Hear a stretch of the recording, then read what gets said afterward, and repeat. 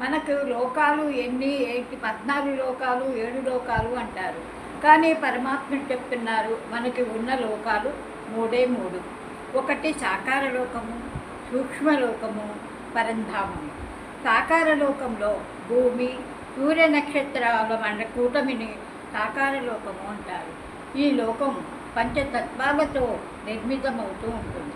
ఈ లోకం మానవులకు, పశుపక్షాదులకు, వృక్షాలకు, జంతుజాలాలకు జీవించటానికి అనుకూలమైన వాతావరణం కలిగి ఉంటుంది. ఇప్పుడు మనం ఉన్నది సాకార లోకం అన్నమాట. ఈ సాకార లోకానికి పైన సూర్య నక్షత్ర మండలానికి పైన ఒక తెల్లని లోకం ఉంటుంది. దానినే సూక్ష్మలోకము అంటారు. సాకార లోకానికి పైన ఉంటుందన్నమాట.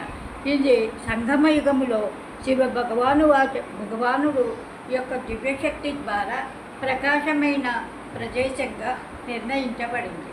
అచ్చట అవ్యక్త బ్రహ్మ యొక్క ఆత్మ సూక్ష్మ శరీరంలో ఉంటుంది. ఆ తర్వాత ఉన్నదే పరంధామము. సూక్ష్మవతనానికి పైన సైన్స్ సాధనాలు కూడా వెళ్ళలేనంత దూరంలో, కొలవడానికి కొలమానం కూడా లేనంత దూరంలో ఉంటుంది. ఈ లోకం బంగారు వర్ణములో ఉంటుంది. ధ్వని లేకుండా అపారమైన శాంతిగా ఉంటుంది. రాత్రి పగలకు తేడా లేకుండా నిరంతరము ప్రకాశమయంగా ఉంటుంది.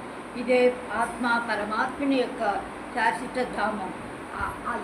దీనినే ఆత్మలోకం అని కూడా అంటూ ఉంటారు. ఈ వీడియో చూసిన వారికి ధన్యవాదాలు.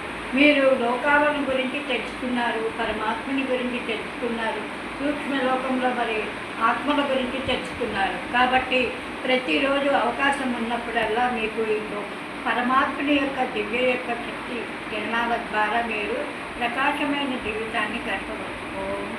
మీరు చూసిన వారందరూ కూడా లైక్ చేయండి, షేర్ చేయండి, సబ్స్క్రైబ్ చేయండి. ఓం శాంతి. ఓం శాంతి.